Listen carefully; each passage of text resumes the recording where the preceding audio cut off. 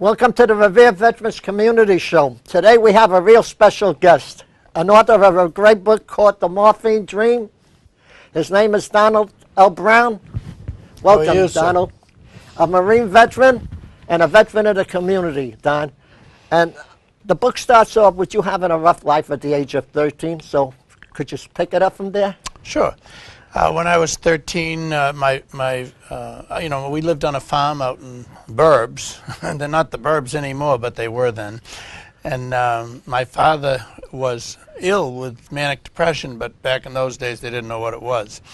And he tried to kill himself many times, and he accomplished it when he was 44. And I was in the summer before junior high school.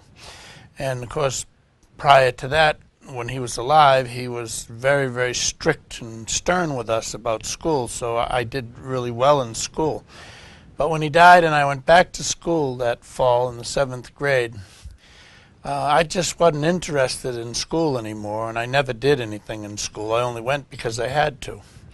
And I began to acquire jobs and the taste for having money in my pocket and so forth, and I stayed around and stayed in school until my 17th birthday, and I joined the Marine Corps on that day because the school had told me that I was not educatable and that I wasn't the kind of kid that would go to college or anything, so I might just as well join the service. And of course, I wanted to join the service. I didn't want anything to do with school. So that's what I did. And but when my father died when I was 13, I literally became a man overnight because I had to. I was in the middle of 7 children, but the older ones were already gone. And so I was the oldest one at home. And my mother had to go to work 3 jobs to be able to support us after my father was gone. And, it was like being a man. I had the responsibilities of a man, not of a 13-year-old boy. And I was the size I am now. I wasn't as heavy, of course, but I was 6 feet, 200 pounds, 220 pounds when I was 12. So, I looked like a man and I worked like a man, and my life the childhood was over fast. It was probably over before 13, but it was certainly over at 13. And I had no childhood. I just, went from working into the Marines to playing baseball and football for many, many years. Right. Don, could you tell us about that? You said you wanted to be a ball player. Could you tell us about that? Well, all my life I had been not just a ball player, but a baseball freak. I mean, I love baseball, and I still do. I eat, drink, and sleep baseball. And, I had only planned a life where I would play baseball. And I wanted to go in the service because I realized people like Ted Williams had missed so many years because of service obligation. Right, 5 or 6. So I wanted to get the obligation out of the way before I started playing. And when I got out of the Marine Corps and came back to Boston and started playing, I was doing really, really well. But then suddenly my eyesight deteriorated, and I didn't really realize what was happening. And but I couldn't see the pitched ball very well anymore, especially fastballs. And when you can't hit a fastball, you're not going to play baseball very long. So after about 4 years of playing baseball, in the first year or 2, I was doing really well and predicted to be the next Hank Aaron. Somebody said that I was the next Hank Aaron and that I had the best throwing arm in baseball. Well, 4 years of baseball and I was done. And there were times when I would strike out 4 or 5 times in a game, and I was just so puzzled because I didn't know there was something wrong with my eyes. And it wasn't until I was in California playing, and when I came back to Boston, I went to a Red Sox game and I couldn't see the scoreboard. And then I knew something was wrong because I'd always seen it before, and I couldn't see it at all. I didn't know what the scoreboard said. Sitting behind the first base dugout, I didn't know what the scoreboard said. By the way, you have a son who's also a baseball freak. Could you tell us about him? I'd love to hear that. Yeah, I have my youngest son is 21, and he was born with a quarter of a brain, and he's cerebral palsy and autistic and all kinds of problems. And for the first 3 years of his life, he couldn't do anything, 2 or 3 years. And then we had a lot of special support from the Kennedy Foundation, the Kennedy Intervention Center for Brain Damaged Children. And after 3 years, he started to get a foothold and started to do things better. And as he went through school, it was always extremely difficult until late in high school. He really started to come into his own. And I was, always thinking, this poor kid, he'll never be able to go to college. He'll never be able to do things that everybody else can do. But he's such a beautiful kid. But he started to do the things that everybody else could do. And, when it came time to think about him going to college, I was talking to him. I said, Louis, what do you want to do about college? He said, oh, I'm already in college, Dad. I got my acceptance. I said, what are you talking about? He said, I applied to college and I got in to Loyola University in Chicago. And I'm like, how do you do that? Yeah, how did he do that? And then one of the big moments was when he graduated from Newton South High School. When he started there, he had all kinds of problems, and he was in special program, and kids called him names all the time because of his handicaps. Right. And, it was an ordeal that I can't even explain to people, about bullying and all that stuff. But eventually we got control of it because the superintendent of schools was somebody I knew pretty well, and I finally told him, I'm going to sue you if you don't do something about it. And they really did. They took over. I think he was a sophomore by then. But then in his last 2 years, it was so much different because when he was a freshman, I would get called 5 times a day because of problems. And when he was a senior, I never got called. And it was a wonderful change. And at graduation, he was the graduation speaker. And he told the audience about his time at Newton South, how he had been picked on and humiliated and bullied. But I fought through it. And I stand before you today a man. He was 17 years old. I stand before you as a man. And then he went off to Loyola, and he's there now. He's finishing up now, and he's doing very, very well. And he's apparently going to go to Harvard Law School. And he may be an intern with the police department in Revere this summer. He has, I believe, he's down to 2 slots, either Newton or Revere, and I don't know which one he's going to choose. I hope it's Revere. I hope it's Revere too, because then he'll stay with me for the summer, and I'd love that. And he's the most beautiful kid you could ever imagine. I got to tell you, Don, we have a club here called the Kiwanis Club, and they do so much for the handicapped kids. And there's a Donna Wood Pruitt, I believe she's the president, I hope I'm correct. And there's a Miss Barbara Terminello, and there's another lady there, Ann, and they have handicapped kids. But let me tell you, they are one of the best in the Commonwealth for helping the kids to come down there. So, well, it's really important that we support the kids that have handicaps. And, I understand the other side, where the students who have no knowledge of being handicapped and so forth, because I was a kid that was in school and there were handicapped kids around, and I know we were all kind of afraid of them, or we didn't know how to deal with them and so forth. But now, having been the father of a handicapped child, severely handicapped, I can tell you that it's the greatest joy in the world to have a special child and see them do well, even though they may not do what other people can do. That doesn't change how much you love them. No, it doesn't. That doesn't change who they are. And they're just as valuable and just as important in our country and our world as anybody. And I don't care who you are. If you're Babe Ruth or Mickey Mantle, it doesn't matter to me. Talking about Mickey Mantle, that was my favorite ball player. He was my favorite other team ball player, yeah. I remember he used to get standing ovations at Fenway Park when he did a home run. That didn't happen many times. No, the only reason I say that, Don, is because he had the same initials that I have. MM. Yeah. Yeah, well, it's a real sin, though, that you're a Yankee fan. I mean, that's just intolerable. Don't hold that against me. I was teaching a class one day in Florida, and it was when the Red Sox had beat the Yankees in the World Series, and all the class was pretty upset because they were all Yankees fans except for one. And and I said to them, how many are upset Yankee fans who lost last night? Every person in the room raised their hand except this one girl. And I said, why didn't you raise your hand? She said, because I'm a Red Sox fan. I said, how come you're a Red Sox fan? nobody else is. She said, well, my mother was a Red Sox fan and my father was a Red Sox fan, so I just became one. I said, well, what if your mother and father were a moron? She said, then I'd be a Yankees fan. Thank you. That's Like to get the Yankee fans. Don, in the book, I mean, if I was to talk about the book, we'd be here till I'm 91, you know? Let me just tell you another quick baseball thing about Go my ahead. son, Lewis. When he was 17, he came to Florida to work for Bucky Dent's baseball camp as a counselor, as a pitching coach.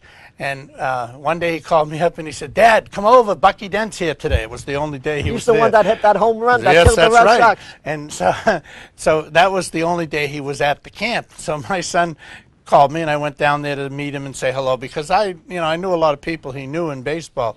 And so we're talking to him and my son said to him, you know what the first words I ever said were? And Bucky Dent said, what? He said, the Yankees suck. Yeah, they got them out here on the shirts. They sell them in Fenway Park, the Red Sox. Yeah, and down in New York they sell the shirts back then that said Lynn eats rice. Oh, okay. I got to ask you, I'm going to be hopping around on this because That's all right. it's fantastic. Whatever you want to ask me, I'm happy to. You also, I'm just happy to be here. Oh, we're happy to have you here. Believe you me, not only me, the city of Revere is happy to have you here. But what I would like to ask you is, when you got hurt, and I read the book, I don't know which chapter it was, where you were in the wheelchair, Yes. where other people who have had the same sickness and healings as you did, but never fully recovered, you said that's not going to happen to me. What made you get out there and fight like you are? Well, actually, I don't remember the text word for word, but I'd like to refer to it in the book because it's so important. It's somebody gave me a framed thing. Yeah, there was a gentleman by the name of Jack who helped you get around. So when you find that, yeah, it wasn't Jack that gave me the thing that was framed. It was another friend, and it was titled a creed to live by. It said on the top, a creed to live by. So I'm down and out, and I'm in a wheelchair, and I'm thinking suicide all the time. That's all I did was lay in bed and think about killing myself. oh, I'm glad you didn't. And this friend came and he handed me the frame, and here's what it says in it. I do not choose to be a common man. It is my right to be uncommon if I can. I seek opportunity, not security. I do not wish to be a kept citizen, humbled and dulled by having the state look after me. I want to take the calculated risk to dream and to build, to fall and to succeed. It is my heritage to think and act for myself, enjoy the benefit of my creation, and to face the world boldly and say, this I have done. Very good, Don. That thing still sits on my shelves in my apartment, and I look at it every day because that was the words that made me decide for myself that I could not stay this way in a wheelchair, uneducated and so forth. I just couldn't do it. And then it talks about dreaming. And then I had the morphine dream. Right. But you got into the wheelchair because you got hurt by the forklift. Yes, that's Tell us correct. how that happened. Well, I was working in a factory, a really dirty factory, dirty, terrible job as a common laborer. I was actually spray painting black gooey paint on huge cast iron water control gates. They're called sluice gates. And the can said on it, if you come in contact with this paint, go to the nearest hospital. I used to go home covered with it every night. And I'd take a shower, and my shower stall would be all black from this paint. And I'd spit it up, and it would be in my nose. And it said on the can, go to the hospital if you come in touch with it. And I was in touch with it all night, every night. But we had a forklift driver who liked to go out for lunch and have a few drinks. And, he'd come back a little tipsy all the time, and he'd drive the fork truck around the factory and whiz by you close and go, wee, and trying to scare people, but he wasn't meaning any harm, but it was a stupid thing to do. And he was coming right at me, and I was so scared that I was going to get splattered. I jumped to get out of the way, and when I jumped, my foot was caught under like a 10-ton casting, and my leg stayed there, and I went flying, and it just destroyed my leg, and it was a horrible thing, and it should never happen. He should never have been doing that, and I think they fired him, but I'm not really sure. I know he got suspended the next day, but and of course I was ostracized because I had a lost time accident, in the factory that I worked in. They didn't look too kindly on people who got injured on the job, and of course that pushed me into being a lawyer who represented catastrophically injured people for the same reason, because I was treated so poorly by the insurance company. So I devoted my life at that time in my legal practice to fighting insurance companies and banks, because the way insurance companies treat people, especially injured workers, is terrible, and it should never happen, but it does all the time. I got to tell you, remember you said before, if you're a Yankee fan, you're a moron? Well, I had a friend of mine who was working in construction, and a bulldozer backed up on him. Ran him right over. So, by the way, remember when you said the Yankee fans were morons? Well, I had this friend of mine. He was working in construction when they were building the Prudential Tower in Boston, and he got a bulldozer backed up on him. Ran him right over. So I went up to see him in Mass General Hospital. He was in room 101, 102, 103, and 104. Flattening out in all those 4 rooms. So I thought there's a little joke for you, too. Don, I got to ask you, you were in the Marine Corps. Yes. Could you tell us about your service in the Marine Corps? Well, of course, I joined... joined... excuse me. You were also voted, I understand, on the second day, one of the guards there? Guide. I joined on my 17th birthday. I went in the Marines specifically because I wanted to not face the draft and be drafted into the Army. Just like yours truly. Because I wanted to be in the Marines for some reason. I think it was that pretty dress blue uniform. But the strangest thing is, I had a very close friend growing up who went into the Marines 3 or 4 months before I did. And I went down to his graduation from boot camp, and when I was hitchhiking into Parris Island, a drill instructor picked me up, and I told him, why I was there and that I was coming into the Marines soon. He took me to the drill instructor's barracks, and that's where I stayed for a few days. And they never let me see anything like what really goes on there, so that I wouldn't, stop thinking about coming. And they were really nice to me. The drill instructors were all really, really great guys.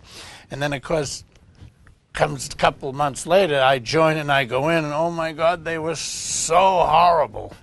And but it's all an act, it's just a big act they put on. They treat you so bad, but they're not really that kind of people. That's just their job, to make things difficult for you. But I was, in really good shape. I was an athlete at that time, and I was very heavy, and they were worried about that. They kept threatening to put me in Fat Boys platoon, which is where you go if you weigh 220 pounds or whatever.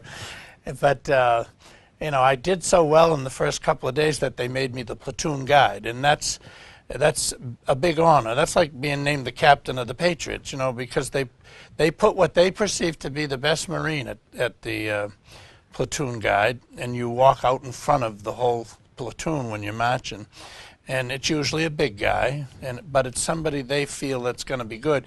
And the reward for you is, at the end of basic training, you get promoted to Lance Corporal right away, which usually takes a couple of years. Right. So I was fascinated by the fact that I was platoon guide, and I knew how to behave, and in other words, I knew how to keep my mouth shut, because that's how you get in trouble in boot camp, is if you talk. All you got to do is say something and you're in trouble. So don't talk, and you never get in trouble. So I had a great time, and I loved marching, and I loved the rifle range. I loved the whole thing. And then just before we were ready to graduate from boot camp, we were changing our squad bay from the first floor to the second floor because they were doing some renovation. And we were all running upstairs with our foot lockers to plant ourselves upstairs. And the guy who was at the top in front of me fell back and knocked me over, and I fell all the way down 20 stairs. And most of the other people landed on top of me with their footlockers and so forth, and I had a compression fracture of the neck and ruined my left arm. I was a lefty. I've never been able to use that arm again, and ruined my knees, and put me in the hospital for a couple of weeks. And when they and had determined how seriously injured I was, and that I'm sure they realized I needed a lot of surgery. But they didn't want to get involved in that, so they told me they were going to discharge me, and I was really upset because I didn't want to get discharged. So after they put me in casual company, where I stayed for another couple of weeks while they were doing my papers, I went to the office of the day every day and begged them to overturn this thing because I didn't want to leave the Marine Corps. I loved it. But they made me leave, so I came home and I recovered for a while, and then when I felt good enough, I got up and I went and started playing baseball. Good. And you know, the injuries that I got then are all still with me, and they all affect, you know, they affect me. Of course, I've never been able to use my left arm. The fracture to my neck has caused lifelong problems for my hands and arms and nerves and pain in my shoulders and stuff like that. But I managed, you know, I managed to do whatever it was I had to do in spite of those injuries. But as you get older, and of course that's where I am now, those things really become a significant problem because, you know, I lived for 30 or 40 years with this decompressive fracture of my neck, and it wasn't until I was in my mid-60s that it started to become a real big problem. And it's all goes back to there, and, you know, it really affected my whole life. But you know, I wasn't going to let it stop me. You know, I mean, we all have pains. No, Don, I got to ask you these things. You went to Wachusett Community College. Yes, Mount Wachusett, right. And you went to Harvard Law School. And Amherst College in between. And right, Amherst College in between. And you also met the President of the United States who was next to you. Yes. Going down, but I want to start going back now to Wachusett. I'd like to know how it was in Wachusett College, how you got into Amherst, then into Harvard, and then also how you helped minority group who were being scammed by lenders and banks and etc. That story that was there where a man walked into your office with a suitcase. So it's all yours. The answers to these questions would take 2 weeks. That's why we got 2 weeks. But anyway, when I was in the hospital, I had the morphine dream.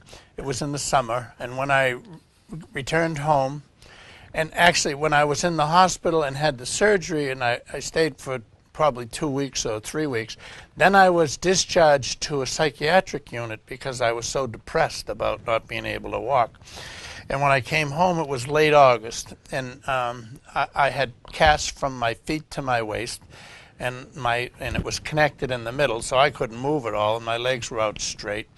And that was my existence. So I used to sit in a recliner all day and watch soap operas, and I was in the house alone. There was nobody else there.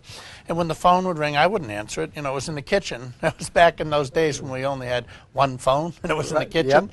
Yep. So it would ring, and I wouldn't answer it because I couldn't get there in time. So one day I'm sitting there, and the phone starts ringing and ringing. It wouldn't stop ringing. It must have rang 50 times. So I finally slid into my wheelchair and went out to the kitchen, and I picked up the phone and said, "Hello!" And then a woman on the other end said, "This is Mount Wachusett Community College calling to offer you a free course." I said, "No, thank you. I never went to high school." And I hung up. Well, I had a neighbor who was a professor at DePaul University in Chicago, and he lived in Orange, where I lived, in the summertime. That's where he vacationed. And he used to come and see me every day. And he came in that morning, and I said, "Jack, you wouldn't believe what happened to me. Mount Wachusett Community College called me to offer me a free course." And he said, "Hell, you should do it." I said, "Jack, I didn't go to high school. You know, how do I do that?" He said, "Oh, they'll help you get a GED." Right. And I said, "Oh, please, get out of here. Leave me alone." And then he said, "I'll see you tonight. I'm going to take you for an ice cream," because I could only get in his car because he had those old big boats that we used to drive, and I could only fit in the back seat of his car. So he came that night and said, "Come on, we're going for ice cream." So we started driving, and we're going far away, and I said, "Jack, where are we going?" He says, "We're going for ice cream." And he pulled up in front of Mount Wachusett Community College, and he got out of the car, and he said, "Come on." I said, "No, I'm not doing this, you know. I didn't come for this. I came for ice cream." And he said, "Humor me, and if you don't, you're not getting any ice cream." So I went in, And I started to look at the catalogs and talk about the stuff, and it just fascinated me. So I said to the woman, I'd like to register for these 3 courses. What were the courses? American government, English writing, and computers. The use of understanding computers. And I didn't have any money. So when I asked to register, she said, how will you be paying for this? And I said, well, I don't have any money. And she said, well, let me see what I can do. And she came back a few minutes later and she said, would you be willing to register as Donna Brown? I said, why would I do that? And she said, because I have money for women returning to school, but I don't have anything for men. But if you'll register as Donna Brown, we'll get you in for this semester. Then you have to get your own funding for the rest. I said, it's all right with me. And so I registered as Donna Brown, and 2 years later it was a problem because I had to get those credits transferred to me. But it worked out fine. And in the book it's a chapter, Donna Goes to College. And I went there and did really well there. And at some point I applied for a Boston University trustee scholarship where 2,000 college presidents around the country, community college presidents, get to offer a candidate, and then BU picks 20 from those 2,000. So not too long after that, I got the Boston University scholarship.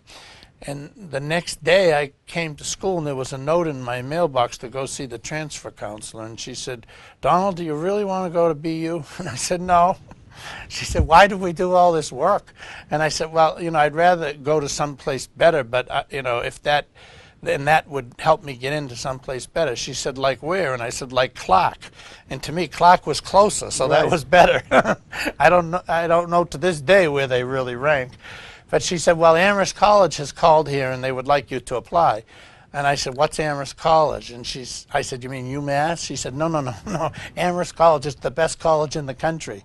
I said, well, yeah, that would be wonderful, but how am I going to pay that? She said, oh, you don't have to worry. They'll give you the money. And I was like, sure they will. I couldn't believe it. So they made an appointment for me a couple of days later, and I went down the day before at the Amherst College and walked around the campus, and it just astonished me. Here I was in a community college, one building with 6,000 students. I go down to Amherst, and there's 150 buildings for 1,500 students, and every major has its own building. Biology building, history building, and so forth. Fascinating place, absolutely fascinating. And such a good place to go to school. It was awesome. And when I had my so that night when I, looking around the campus, I went and bought a purple Amherst jacket, athletic jacket, and I bought a class ring with what would be my graduating year because I knew I was going there. And I hadn't even been to admissions yet, but that's how I felt. And when I went to admissions, I had a great interview, and at the end the woman asked me if what other schools I had applied to, and I said, I'm not applying anywhere else, I'm coming here. And she said, well, it's not that easy. And I said, I know I'm coming here. And she said, well, I'm certainly going to encourage you to apply to other places because you can't be sure of coming here, and I would hate to see you not go anywhere. I said, no, I'm coming here. I know I'm coming here. And that's how I left it. And then she said, the last thing she said to me was, well, a lot depends on how you finish up at community college and if you get any awards. And then I want to go back to the beginning of community college. I sat in the auditorium in orientation, and the president said, look to your left and look to your right. 2 out of 3 of you will be gone by the end of the semester. If you're going to be one of the ones that stays and is serious about an education, there's a lot to accomplish here. And if you win an award, it helps. And the most important award is the best student in your division. And I sat there and I said to Jack, who was with me, I'm going to win that award. He said, I believe you will. Okay, Don, now I want you to tell us about your time, how you got into Harvard Law School, and when you gave that, because that is one of the best schools in the country. Yeah, but I got to tell you the rest of that. Please do. So I made up my mind I was going to win that award. Oh. The best student in my division, and there were 17 divisions. And then there were 20 other awards, but I wasn't interested in those. I was just interested in the best student in my division because I thought that would be making a statement. And then, of course, Amherst told me if you win awards, it's going to help. So the day that they announced the winners of the 17 division awards, but not the other 20, I didn't win it. and the person who won it had a 3.2 and I had a 4.0. And I couldn't understand it. And I went up to my advisor and I said, what's going on here? You know, and he was on the group that awarded the award. And he said, Donald, you won every single award in this college, and they weren't going to give you this one. And I said, what are you talking about? He says, you'll find out. So a week later was the academic awards banquet, and it starts, the president says, this is the Mount Wachusett Community College Annual Awards Banquet. For reasons you'll soon know, it's the Donald Brown Awards Banquet, because I won every single award, the other 20. All the scholarships, everything. Brilliant. And I wasn't trying to win them. And I learned something. Reach for the moon, you'll get the stars. You know, that's all I was reaching for was the moon. I was reaching for the best student in the division. And I got all the other ones as I did it. And I don't say that to boast. No, but that's what set the table to go to Amherst and Harvard. 2 days after that, I got my acceptance from Amherst. And it said, because of the great job you did at community college, winning all those awards, you've been accepted. And I mean, that was just an incredible moment. And being accepted at Amherst College makes it possible to go anywhere you want in the world afterwards. So getting into Harvard Law School was nowhere near as difficult because I went to Amherst College. And I went to Amherst College because I went to community college. And to me, as I look back, the community college is the whole thing to me. It's the foundation. It made it all possible. And of course, a lot of people look at community colleges as the cesspool of higher education, and it is not true. Because I went from a community college to Amherst, to Harvard, and I mean, not a lot of people do it, but it happens all the time. Every year, every community college sends some students on to the best schools in the country. And then when you go to the best schools in the country, the only reason for needing to go to the best schools in the country is because they're need blind with financial aid. If you were to go to, like, say, UMass, nobody's going to pay for you. You have to pay for yourself. Right. But if you go to Amherst, they pay you. They literally, and you know, when I went to Amherst after I got accepted to financial aid, the woman in financial aid said to me, she had all figured out a budget for me, which was not just my tuition and everything, but my living costs. So they paid my paid my tuition and room and board, and then they told me they're going to give me $75,000 for the year for my personal expenses, and we'll give you a check for half of it on September 1st and the other half on January 1st. And I'm sitting there thinking, I mean, this woman must be on drugs. I can't believe a lot this. of money. And then I said to her, oh, by the way, here's my $12,000 in scholarships, you know, for you, you know, to help pay. She said, oh, you can keep that. And then when I left her office, this was in May, I was so anxious about September 1st. Was it real? And it was. They gave me a check for $35,000 on September 1st. Don, I got to ask you this question because, I mean, I'm just an average citizen. When you went to Harvard... I'm just an average citizen, too. I know, but you're an author. I'm not. But you went to Harvard, and you sat next to Barack Obama. Yes, I did. When I say next to him, he was on your right, I believe. Yes. Tell us about your Harvard and how you met him and what it was like to know him. Well, you know, going to Harvard was an enormous treat for me because it was a dream coming true. I got to tell you about Harvard. I did some work for a construction company because that was my livelihood. We went down on the library in Harvard, downstairs where you could. Oh, my God, you're getting too close here. My father used to lay bricks on Harvard, at Harvard libraries before or during the war, because he had so many kids by then he couldn't go to war, so he had to have a job instead of working on the farm. And he laid bricks at Harvard at the library, at the Houghton Library. And we did the construction for the new things to hold their books. You know, whatever they call them over there. Yeah. So that's when I was working there. But I felt like a king when I was in there, and I was seeing books that were... I know what it's like. Books 400, 500 years old in the library. Yeah.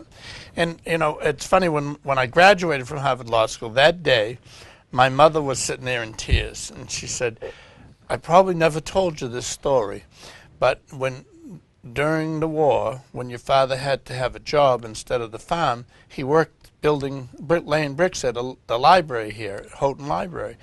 At the university, not at the law school, but at the university. And she said he used to come home every day and say, one of my sons is going to go here someday. And at that time, he didn't have any sons. He only had daughters when he was telling her that. And she told me that. I would say to him, Brownie, you don't even have any sons. He said, I will, and they're going to go. One of them is going to go here. And she said, and you did it, and he would be so proud. From nowhere. And it's quite an honor. So how was it there with Obama now? Well, it was an extraordinary place and filled with just truly wonderful, brilliant people. I mean, it's a collection of the smartest people in the world that are there. And when Barack Obama came, I knew his wife for 2 years. She was when I was in my first and second year, she was in her second and third year. And my class was the only class to have them both as classmates. In the class of 1989, you had her for 2 years and him for 1 year. If you were in any other class, you couldn't have had them both. So I had them both, and I used to recruit minorities at community colleges with her, and she's a wonderful, wonderful person. And, of course, then I had no clue that she was ever going to become his wife or the First Lady of the United States. But I knew she was an extraordinary woman and that you would hear about her forever, because she's just that kind of a person. Don, I got to read something here. I know you wouldn't do it, but I'm going to do it for you. There's a lawyer at Harvard. His name is Alan M. Dershowitz. Yes. One of the great lawyers in the United States. He's considered the greatest lawyer in the world. That's how people write about him Well, I'd like to say what he wrote about your book, if I may. It's Sure. very short. Yep. It's the most inspirational memoir by a man who's had more ups and downs than the mountain ranges he traversed during his incredible walk across America. And we're going to get to that incredible walk soon. But first, I would like to have you ever met Mr. Dershowitz? I had him in class for a couple of years. He was somebody I sought out purposefully and it's very hard to get in his classes. It's kind of like interview-only stuff. And he was, I think he was just interested in the fact that I was an older, more experienced thinker, especially about criminal law. Because, when you go to law school when you're my age, you've lived through everything they're teaching. But, of course, when you're a young kid and you're 22 or 23 and you show up there, you haven't lived through that stuff. I lived through it all. When we talk about cases in class, I lived through them all. The Miranda is not just some stuff in a book for me. I remember when it happened, and it was in the papers and on television all the time. So as an older person, you have a great advantage over other students because you're already familiar with everything.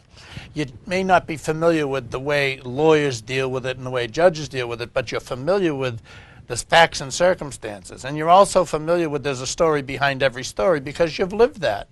And, there's never a story that is true. It's always half true.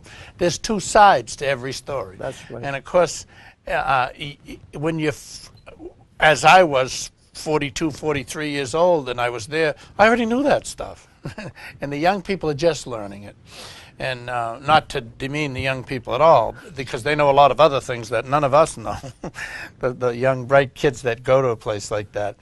But it's such an honor to go there. And people make a big deal out of the fact that Barack Obama was my classmate and so forth. But there were a lot of people there that were special, that were my classmates. Besides Obama, were there any other? Because Harvard is known for its famous people. Well, there were. I was a professional football player, and there was another one there, and they wrote stories about us when we first got there. Harvard, this class has 2 professional football players. Then there was the chief of the Cheyenne Sioux Indian Reservation. Now, at that time, was a policeman on the Cheyenne Sioux Reservation, and had just graduated at like age 35 from college, going part-time nights as a policeman. And he comes to Harvard Law School, and he never went to high school either. And we were the first 2 people to go to Harvard Law School and graduate that never went to high school. And we were in the congratulate you for that. That I got to congratulate. We were in the same class. Fantastic. And he's still a very dear friend of mine. And part of my foundation is donating a lot of money to his tribe and doing a lot of stuff out there. And But Harvard is such an eye-opening experience because when you're there, you become connected to all these people who spread out all over the world Right. and are all very powerful people. And I remember at Amherst College, one of my classmates was Uhuru Kenyatta, a really nice guy. He's now the king of Kenya.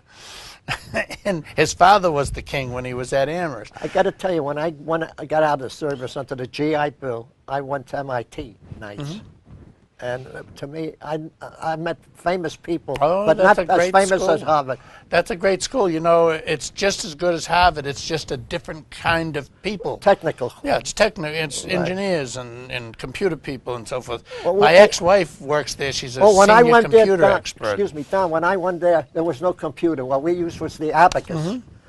Remember those little abacus? Slide rule. I didn't even know what a computer was until I had one. I never knew. But I need to say to you, you must get a computer. You can't go through this life without a computer. If you took my computer away, it would kill me. It would literally kill me. I'm computer illiterate. I would be so disturbed I wouldn't be able to do anything. And you can learn how to use a computer in an hour. And then when you have it, it's just amazing what you're able to do. I couldn't never have written that book without a computer. It would not have been possible. Good. I'm glad you mentioned the book because now I'm going to put you on the spot. Now I'm going to get you on the spot. We never got to the story, but now we're going to do it, Don, because it's the best story in the book about your walk across the United States of America. And you started from, I believe, Harvard. You started from your alma mater, Harvard? I planned. It's very interesting because I planned this walk methodically. I put pins in a map everywhere I wanted to go to, I wanted to walk to. And then I connected it with a computer program so I would know which roads to walk on. And of course I did the walk, and when I got done with it I started to write a book about it, and then I stopped because I had other more important things to do. And it wasn't until the last year that I really finally knuckled down and got this book done. And when I was writing the book, not when I was doing the walk, not when I was planning the walk, when I was writing the book. Took you 15 years to write this book. Yeah, but not really. I mean, I really did most of it this year. Oh. But when I was writing the book, I realized when I was writing a chapter called Nick, when I'm going into Portsmouth, New Hampshire, I realized I was walking through my life. That's what I did. I arranged a walk, and it was a walk through my life because everywhere I went was for special reasons. And you know, it was brought clear to me by somebody who said to me, who knew, you know, the geography, and said, when you got to Cleveland, why did you walk 140 miles to Columbus and then 140 miles back up to Toledo? That doesn't make sense. I said, well, I went to see a friend of mine. He said, well, you didn't tell us. So I wrote the chapter in 20 minutes. It's called The $600,000 Cab Ride. And he wrote back to me and said, now you have a bestseller because of that chapter. Right, but you know... But the point is, I walked 140 miles down and 140 miles back up to get en route just to see this man. I was walking through my life. When I read the book, it took you about 20 weeks, plus or minus, 20 weeks to do the walk. You also started out, I think you said, with $18,000 to cover your expenses? Well, you know, the money part is not really clear to me anymore. But I had about $50,000 of my own money, and I spent it all. It cost me $10 a mile to do the walk. Wow! Because the most expensive thing was the van and a driver. I had to pay the driver for working 13, 14 hours a day, 7 days a week, and he was a veteran from the veterans shelter. You know, I couldn't find anybody that could be available on an instant's notice. So I went to the veterans shelter, and I got this really good guy who was in the veterans shelter, wonderful guy. And you know, it's kind of hard to understand how people wind up in homeless shelters, but then I wound up in one, so I do understand. And he was the best part of the whole trip, you know, and he was just a fascinating individual. And you know, traveling across the country like that, you know, doing 13 hours a day of walking, and I mean, literally the only thing you can do is walk, take a shower, and go to sleep, because I mean, by the end of the day, you're so sore you can't move anymore. How many miles a day did you walk, roughly? I averaged 41.3, and the the last half of the walk, I walked 40 miles every day. But before that, I walked sometimes more and sometimes a little less. And one day I walked 58 miles, and I would never do it again because it was such a horrible thing to... So you must have spent about 8 or 9 hours a day walking. I spent 13 hours a day walking. I walked 20 miles before lunch, like 6 to noon, and then after rest and an hour of lunch and rest, I would walk another 20 miles. And I remember when I was training in the spring and, you know, kind of cool, wet weather, it never bothered me to walk the 20 twice a day. When did you start to walk? What month? Well, I started training in April, and I trained till the last week of June, and the weather was cool and misty all that time. And then when I started to walk, it was 95 degrees and humidity and hot and sun every day for 2 months. I walked in 90-degree temperatures for 2 months, and it was a big change. And you know, no wonder the ocean went dry. Yeah, I had a lot of trouble in the first few days because of adjusting to heat. But I love heat. I love walking in the heat. And so I left once I did the training for 2 or 3 months, and I was walking 40 miles a day, and you know, I enjoyed it. It was a thrill. I lived in Newton then, and I'd do things like get up and walk to Sharon to visit a friend. And I'd knock on the door, and he'd say, "Where's your car?" I'd say, "I walked." "You walked all the way from Newton?" "Yeah." And then I walked all the way back too. That's preparing yourself for the trip. Because I wanted to push myself so that the trip could not be a surprise or be tough. So when I was training, I did things purposely, like I didn't have enough water, and I walked hills. I did all kinds of things to make it really hard. And then when I started the walk, I was all set, except that I didn't factor in the heat. And of course, when you walk 40 miles, it's a big difference from walking 20 miles, even though you take the rest. And when I trained, I figured 220. If I can do 20 in the morning, 20 in the afternoon, that's easy. Because 20 was easy. But when you walk in the heat, it's really hard, you know, the second half of the day. I used to drink 7 or 8 gallons of water every day. And when I'd go into a supermarket and buy 100 gallons of water, they'd look at me like I was nuts.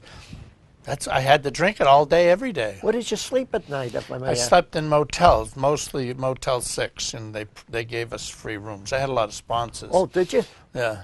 I had like a cell phone sponsor and a shoe sponsor and Ford sponsored, and you know, but the walk itself cost me $50,000 out of my pocket. And we raised a lot of money for charities, but that was separate. I mean, all people had to do was call the 800 number on the truck, and when the phone would answer, it'd say, if you want to donate to the Jimmy Fund, press 1. If you want to donate to United Cerebral Palsy, press 2, and so forth. So it was very easy for us to raise a lot of money for charity.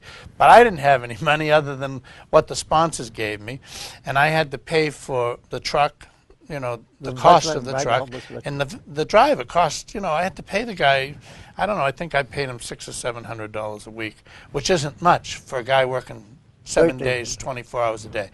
And, you know, when I, you know, walking along, I walked 3.5 to 5 miles an hour, depending on how I felt, and he would follow me at that speed, like 50 yards behind me and a little out, so he would keep cars away from me and protect me. And, you know, of course, everybody who would come along to interview us would interview me and say, "Oh my God, how do you do this?" and blah, blah, blah. And then they'd say, "Can we interview your driver?" I said, "Yeah, sure." And he'd say, "You think what he's doing is hard? How would you like to drive 3.5 miles an hour looking at his ass all day?" And so one day we switched, and I got in the van and let him walk. And it was an hour before neither of us could do what we were doing anymore. I couldn't drive that way, and he couldn't walk Don, I want you to tell me some experiences that you had along the way. Good experience in what state? Because you covered a lot of states along the North America. I had so many wonderful experiences, it would take 10 books to tell them all. And I tried to tell some of them in there, but you know, I had things happen, and I'll never forget this. I was walking from Milwaukee to Wachusett, Wisconsin, and all of a sudden this elderly man, he was 69 at that time. That's your age. Yeah, it's my age now. I'm thinking, this old man got out of a car and says, "Can I walk with you?" So we walked and walked and walked, and we got near his house, and he said, I want you to come and have dinner with us. And I said, okay, that's great. I'd love to have dinner. And he said, can I sing a song to you? And I said, if you want to. And he sang, How Great Thou Art. And then we went into his house, and we had dinner. We had a wonderful time. He said, you're going to stay with us tonight, right? I said, if you want us to. So he gave us, him and his wife gave up their bed in their bedroom, the king-size bed, and they went and slept on the couches so I could sleep in their king-size bed. They were so nice. And I'm going out there in a couple of weeks, and they're having a big party to invite all their friends and so forth, because he's very ill now, and he's in his 80s, and he's blind, but he's so happy that I'm coming out to visit him. And I mean, this man is like, I mean, he's like a miracle in my life, and I only knew him for a day. You know, I only walked with him for that evening, and then the next morning we got up and went to breakfast, and he walked with me for 5 or 10 miles as I was walking out of town, and it was such a wonderful thing.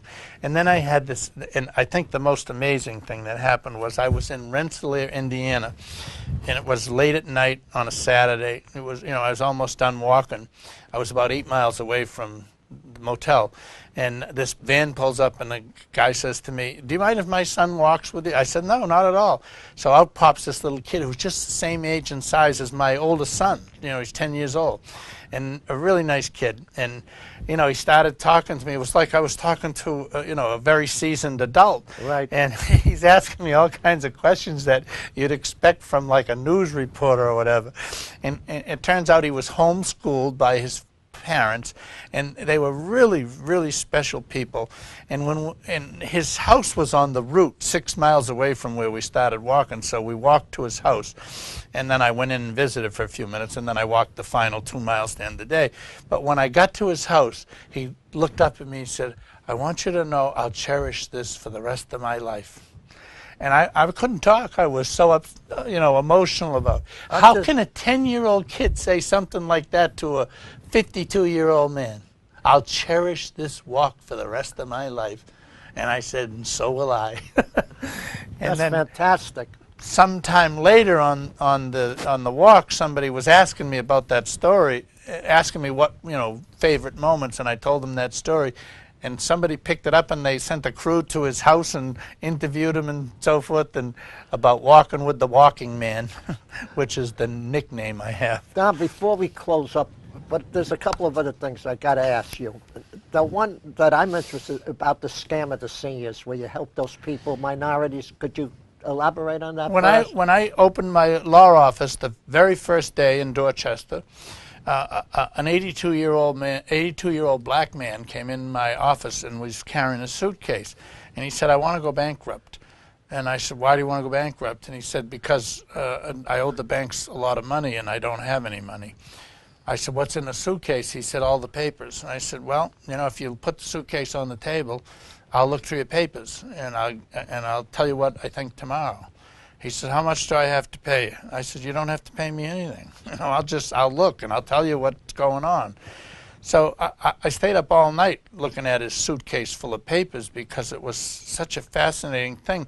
And what had been going on was home renovators partnering up with banks illegally, having the bank loan applications with them, would fill out phony loan applications to get money to make repairs to his house. And, you know, when the check would come, they wouldn't even let him see the check. They made him sign it without even seeing it. And the check was for $29,000. And in his case, I had the work appraised. It was worth $2,000 at best, and it was a lousy job. But they took $29,000 from him. And then they did it again. And then they did it again. They kept doing it. They come back as a different name, a different bank, and they do it again. So ultimately, here's this 82-year-old black man who has no money. He only had the equity in his house, and they sucked all the equity out of the house, and they wrote on his loan applications that he was 62. He was 82. They said he was white. He was black. They said he had an income of $1,500 a month. He had none. They said he owned John Storm's daycare center. He didn't own any daycare center. And I mean, they just flagrantly stole the money from him. So when he came in the next day, I said, you don't want to go bankrupt, you want to sue all the banks in Boston. And that put me on a trail of going to the Registry of Deeds in Boston and discovering 7,500 transactions like this, where these home renovators and banks, and I don't really think the banks were completely knowledgeable about how bad things were, but they should have been. There's no excuse. No, and you know, in those days they used to get away with stuff like that. But I got a court to use some old law from the 1860s that said if you bank do a deal with people regularly, then you are liable for any damage, the bank, the lender. And how much is regular? 1 a year. So I got them all on that law. And did you collect any money for those people? $965 million from all the banks in Boston. Then you can loan me $1 after the Yeah, show. no, I didn't get any money out of it myself. I mean, the money was to help. It was a community fund to help the people recover from what the banks had done to them. But at that time, there had been no area of law known as lender liability. That's what I created. And all my clients were elderly black people, many of them veterans, who had their life stolen from them by banks. And it was so disgraceful. And they only did it to black people. I put the pins in the map everywhere it happened. And there was none in Ashmont, where it's all white people. Right. There was none over by the Venetian, over the other side of the expressway, where it's all white people. It was in the black neighborhoods. And every single person I researched was an elderly black couple. And what were they doing? They were taking advantage of people, and they made a lot of money. And then we stopped it. We did a lot of things that stopped it right away. Joe Kennedy brought the Congressional Banking Committee here to Boston. It was the first time they ever met outside of the Capitol. They came here for Boston and set up at Bunker Hill Community College and interviewed all my clients for a week. And then they passed all kinds of legislation that I asked for, and they passed legislation against these home renovators for the first time. They had been asked to stop it for 50 years and never done it, and they finally did it then. But then what happened afterwards is so interesting, because that whole thing of what they were doing to black people was just a total sham of how they lent money. But they made a lot of money doing it. So now move forward 10 years, 2000. That's when the banks started doing it to everybody. They didn't do it to the black people now, they did it to everybody. And that's caused our country and the world to fall apart. Right. Because the banks played these games with everybody. High interest, no verification, no income verification, all that stuff. And the banks are literally thieves. And right now there's a bill pending in Congress for banks to get immunity against lawsuits from people who are damaged by their behavior. And I think to myself, anybody that would vote for that bill ought to be hung. Because why should a bank be able to misbehave and get away with it? And that's exactly what they're asking the Congress to pass right now. Give us immunity so nobody can sue us. Now, before we close, I want to say today is 3 weeks from today. You will be appearing at our senior center. I will. And I hope you do as excellent a job there as you're doing over here. Well, I love to go and talk to seniors because I'm one. And so am I. Before we close, Don, this book, The Morphine Dream, if people wanted to order it or how they could go about ordering online, could you tell them the website? All they have to do is go onto my website, which is themorphinedream.com. The same name as the book, themorphinedream.com. And there's all kinds of information there about how to pre-order. And there's information about my other books and my speaking tours and the topics that I speak on and so forth. But my favorite thing to do in my life now that I've been touring for quite a while is going to seniors Well, centers. you're looking at one. I mean, going to senior center and talking to people who lived the same life I lived. I mean, this book is filled with what they lived through, too. It's actually your autobiography. Well, yeah, that's how some people look at it, but that's not what it's meant to be. I know, but it's meant to be an inspirational book to help young people. I like to call it the best human interest story that I ever read, really. Well, thank you so much. That's so kind, and it's such an honor to have people tell me the book is good and they like it, because you know, when you're writing a book, you never know. I mean, I didn't grow up in this kind of... Let me tell you, Don, it's an honor. I really mean that, to have you on The honor is mine. And I want to thank you. And before we close, I want to say God bless you, Don, for all the nice things you do. God Thank you. bless our troops, the people of Revere, and God bless the United States of America. Exactly And thank my you for sentiments. coming, and thank you all out there for listening. To you again. Thank you.